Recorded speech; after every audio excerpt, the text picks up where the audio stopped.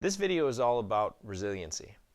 The number one principle that guides everything we do as far as nutrition or physical movement or injury resistance is that the body is incredibly resilient. What do I mean? Your body is an incredible mechanism. It's not like a machine.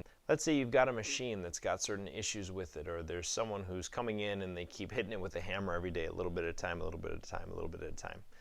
Eventually that machine will break itself down and be destroyed. Someone's got to come in and do some repair.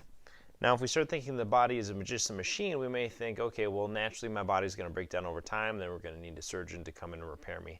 And that's just not how we're built. We are more than just a machine. Your body is this amazing, wonderfully complex mix of all these chemical reactions and hormonal reactions and responses that are actually designed to take the body and to heal itself from the inside out.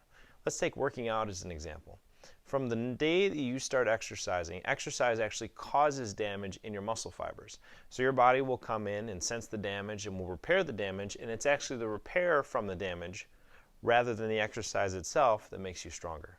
We're actually designed to become more resilient to damage, which brings us to the point of understanding that your body, with the right amount of damage followed by the right amount of recovery, is actually the way that your body becomes its strongest self. If you take your body and you create a controlled amount of damage and then allow it time to recover from that damage, you will have the strongest body possible.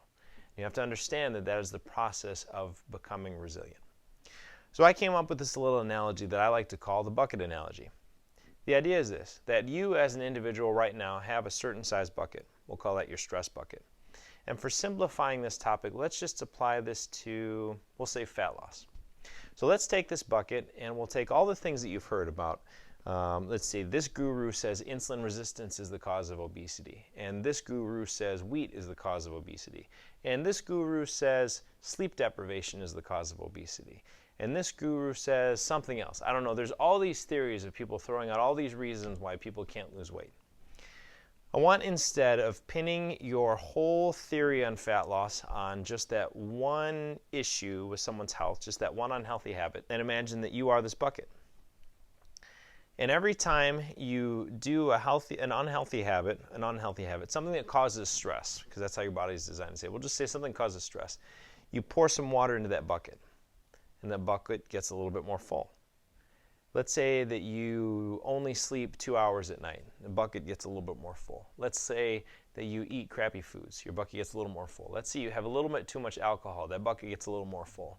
Now, all the healthy habits that you have in your life, like eating good vegetables, getting enough sleep, reducing stress, all those things work in reverse and they help to empty out the bucket.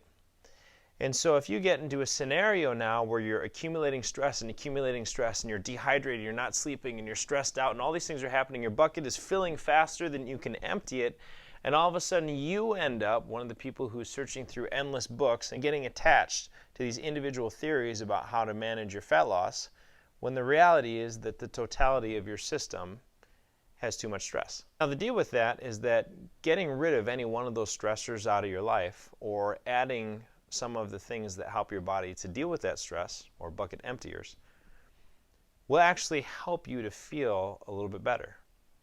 But the best way for you to handle this situation, and the stress bucket being too full and just overflowing all the time, is for you to figure out why your bucket is always half to 3/4 full. Now, in some cases, someone may have an autoimmune disease, as an example, so your bucket is chronically half full because your body is always dealing with that autoimmune disease. Some of you have been sleep deprived for 5 to 10 years, so your bucket is always half full because you're chronically sleep deprived. And that is the major thing, that one habit, that one disease, that one whatever is the reason why your bucket is always almost overflowing anyway. And all these little tiny stressors that wouldn't ordinarily be a big deal are now becoming a huge issue, not because they're the main issue, but because they're pushing you over the edge. It's the straw that broke the camel's back, so to speak.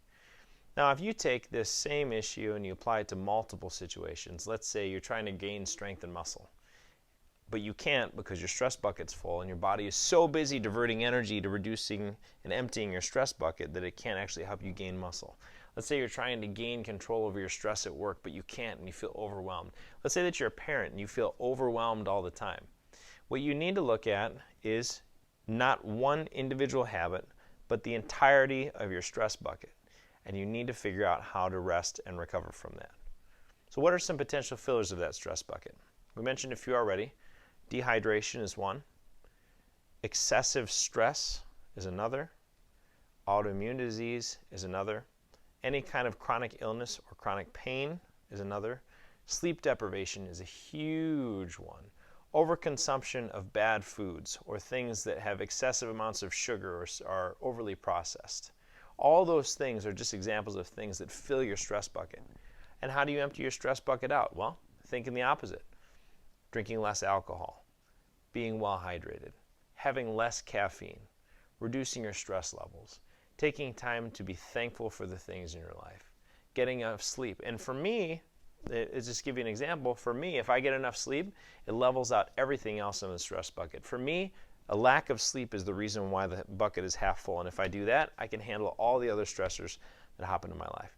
So in every situation, remember, in physical exercise, in nutrition, in stress, in any of that, in fat loss even, your body is an incredibly resilient, amazing organism that is designed to handle stress. And if you think about yourself as being resilient, it'll make you a solution seeker instead of someone who continues to wallow in the issues that they're having. Remember, you are built strong and resilient. Know that and own it.